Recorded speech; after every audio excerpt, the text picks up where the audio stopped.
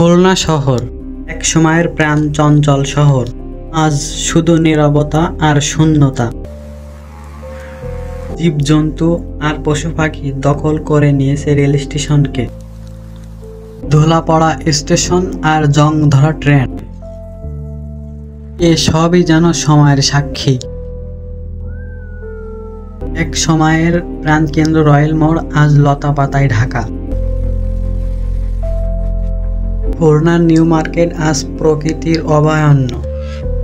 মানুষ নেই, শুধু বাতাসের গন্ধ। আজ নগর ভবনে পড়ে আছে ভয়ঙ্কর নীরবতা। সাত রাস্তায় মানুষের কোলাহল মুছে গেছে, ফিরে এসেছে বর্ণতা। আজ খুলনা শহর নেই, মানুষ নেই, কেবল প্রকৃতি ফিরে পেয়েছে তার হারানো অধিকার।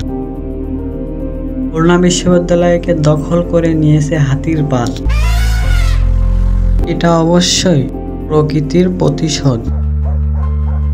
পুরানো দালানগুলো ভেঙে পড়েছে, ভাঙা জানালা দিয়ে শুধু উকি দেয় বাতাস আর শূন্যতা।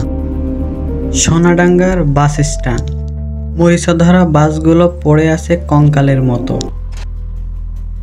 প্রকৃতিকে অবহেলার প্রতিশোধ কি এটাই?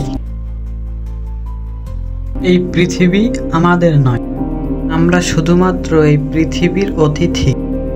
আমরা যদি এই প্রকৃতিকে ভালো না বাসি, যদি তাকে রক্ষা না করি, তাহলে আমাদের একদিন অস্তিত্ব মুছে যাবে, যেমন মুছে গেছে এই শহরের মানুষ। এই দৃশ্য হয়তো আমাদের জন্য শেষ সতর্কবার্তা।